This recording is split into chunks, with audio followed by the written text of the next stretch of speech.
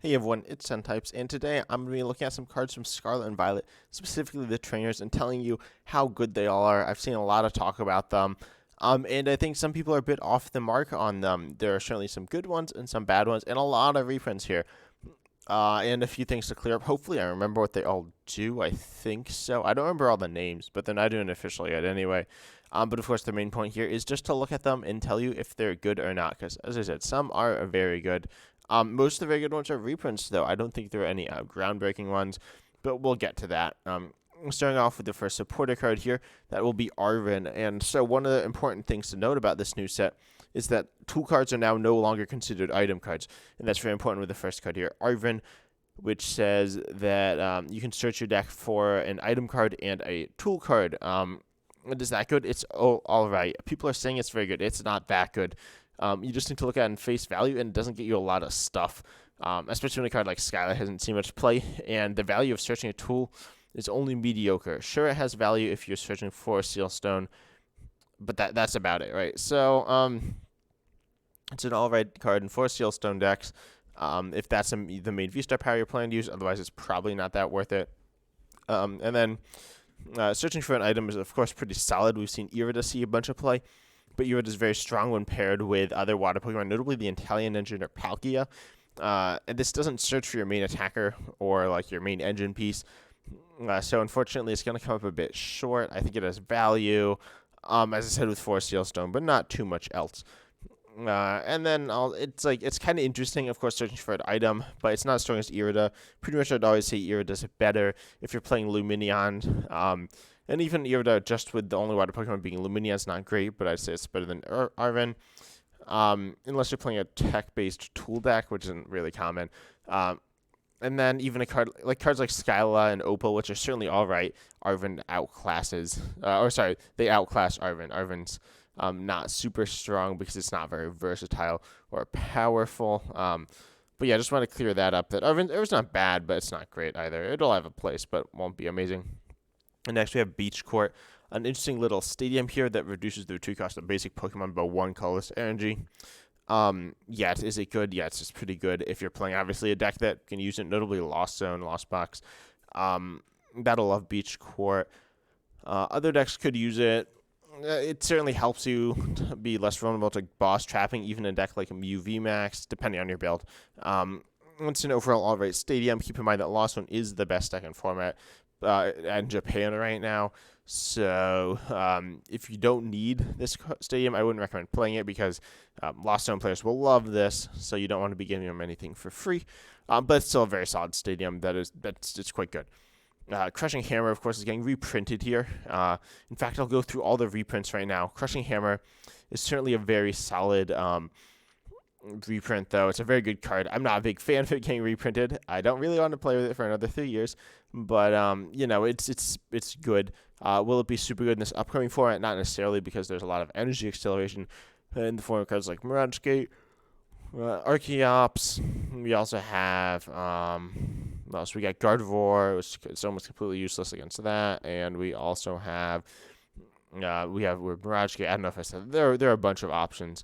And both sticks aren't hurt too bad like Crushing Hammer, but still a solid card and worth mentioning. Then we have Energy Retrieval, Energy Search, Energy Switch, all good cards. Energy Retrieval is pretty important for some decks. And there's another Superior Energy Retrieval is getting reprinted, I think, but not just yet.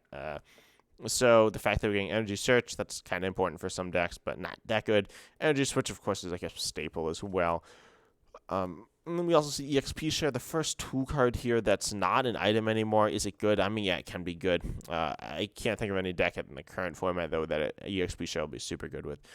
And we also see Judge. This is Judge getting reprinted. That's not the card I want to click on. Judge is getting reprinted here, allowing you to shuffle. Each person shuffles their hand to the deck, draws 4 cards. It's pretty good, right? It's one of the better supporters, and I'm happy it's getting reprinted, although we've seen it pretty recently.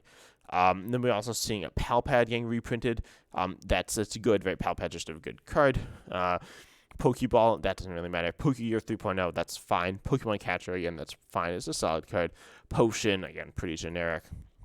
I see Research getting reprints. which are pretty important. We've seen a lot of research reprints, so expect to see more of those as well. But obviously, they're a very good card. Rare Candy, pretty necessary. To get reprinted. Then we also see Rocky Helmet or whatever. Rocky Helmet, yeah. I mean, that's an alright tool. Not that good. Same thing with Vitality Band, similar cards. Switch is, of course, very important to get that reprinted. I think we've already seen it reprinted, but I'm not sure about that. We'll have it for now anyway. Ultra Ball, also that's a moderately big deal. Sure, it's going to stay in the format for quite a while, even if it wasn't reprinted, but it's still a very important card and shows us the direction they're moving in the future. Then I didn't showcase Nest Ball is getting reprinted. We haven't seen that in the format for a while. It's replacing Quick Ball, so it's a pretty big deal. Is it better? Is it worse? It's worse than Quick Ball. Sure, it's better in a few scenarios, but generally it's worse. Discarding the card is sometimes bad, but quite often it's pretty useful. And then being able to get a Pokemon to your hand as opposed to straight onto your bench is so much more versatile. Allows you to activate Luminion and the new Hawlucha, which replaces Glowing Zigzagoon, and pretty much whatever you want, versus Nest Ball doesn't activate those on-play effects. And then, again, no discard synergy, weakening the Barrel Engine, weakening Gardevoir EX, weakening a large number of decks. Lugia Art Gaps gets hurt by this. But Nest Ball is still probably, see playing like every deck, I'd highly recommend you play that. Especially over Battle VIP Pass, I think Nest Ball is just better, because it's more versatile throughout the game. And then we also see reprints Pneumonia. I don't know why there's a character called Pneumonia, but whatever. She's the new Hop, so that's just draw 3. And then we also see, this is Youngster, something like that. It's Shuffle Draw 5, reprint of Shauna, so that's fine. Not that strong, but I don't think it'll see any play, especially when we have Judge, and then we're going to see, we're essentially getting an end reprint. They're a solid chunk of good draw spores as well. Let's just hop into the other new cards now, though. We're looking at the tools here. We see Defiant Band. Defiant Band is honestly debatably the best card in the set, in my opinion. It's a tool card that says if you're down in prizes, you do 30 more. That's a substantial chunk of damage, and you can build a deck that's going to be often down on prizes. And that'll be just so strong here, allowing you to hit for very very solid damage. I think it's very good to being at EX, but I think there'll be so many decks that want to play this. Lost Zone might like this, depending exactly how you're running that list. But all in all, I think Defiant Band is just insane. It also allows you to do more damage on EX's Choice Band. No, was it Choice Belt? Choice Belt does not allow you to do any extra damage on EX's, so that's a really big thing to note. I'll never see Electricity Generator. A pretty interesting item, very similar to Max Elixir if you played with that card. But it says that you can look at the top 5 cards of your deck and accelerate up to 2 basic lightning energy from there to your bench lightning Pokemon any way you want. Is that good? Yeah, that's pretty good. The question is, will you hit it very often? And probably not. You will be able to hit, I think, if you're playing like 12 energy, which is pretty standard, you'll hit 1 energy 2/3 of the time or something, but 2 energy like only a quarter of the time. So if you're looking for 1 energy, it'll certainly do the trick enough of the time. If you're looking for 2 energies, you need to go turbo. You are looking for multiple electricity generators to be able to hit multiple energies. It's still a very good card. Obviously less versatile than Max Elixir, which works for any type, but it's still very good. Lightning isn't super strong right now. The best lightning attackers, I don't think, need this. Something like Flying Pikachu is super good right now. It does not want an electricity generator. So, yeah, that's just something to say. And then moving on, we're going to talk about Jack here. Or Jack, I don't know. I'll just call it Jack. I could call it, it's JCQ. I could call it Jack Q, but that seems a bit weird. Anyway, Jack does, what on earth? Oh, yes. I forgot what it did, but searches for 2 evolution Pokemon. Is that good? I mean, it's all right. You compare it to cards like Adventures Discovery, which wasn't that good, or something like Airzu, I think, which search for 3 evolution single prizes. Jack is all right. I mean, it gets EXs, it can get your middle evolutions, it can get VMAXs, V-Stars. Is it good? It's all right. Will it see play? Maybe. I don't hate it, but it's not a super powerful card, kind of like Arvin. It's solid, but I don't think it's amazingly powerful. As I said, we got to reprint a Judge, though. And then we have, I think is she called Katie? Something like that. And this is a really weird supporter that I don't know if it's particularly good, but certainly of note. I mean, we're talking about all of them, so they're all of note. But it's draw till you have 8 cards in hand, but then your turn ends. Actually, it's worded in the other order. It says when you play this, your turn ends. It's weird. But yeah, your turn ends. You draw till 8. Is that? I'm pretty sure it's draw till 8. I know you draw 8 cards. You can draw up to 8 cards. Is that good? I mean, draw till 8's all right, but I mean, draw till 8's good, right? But it's not really worth ending your turn, even in control decks, especially with so much Judge going to be around. This won't ever stick. I can't imagine. So unfortunately, it's just not a very good card. It will have some potential, and I think will pop up in a list here or there. But all in all, I think this card's just not very good, and I wouldn't really recommend playing it in any deck unless you need some very specific situation. And now we have the Stadium Basic Goza, I believe. I don't remember if that's what it's called, but I think so. And it says, once in your turn, you may flip a coin if head search for any Pokemon. Of course, this applies to each player.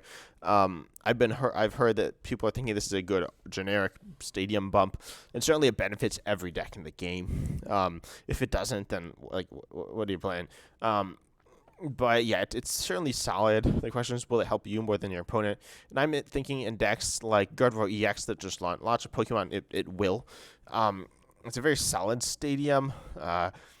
Is it that good? I don't know, but I don't hate it. I definitely recommend picking this up if you're looking at cards to get. It's good. Is it broken? No.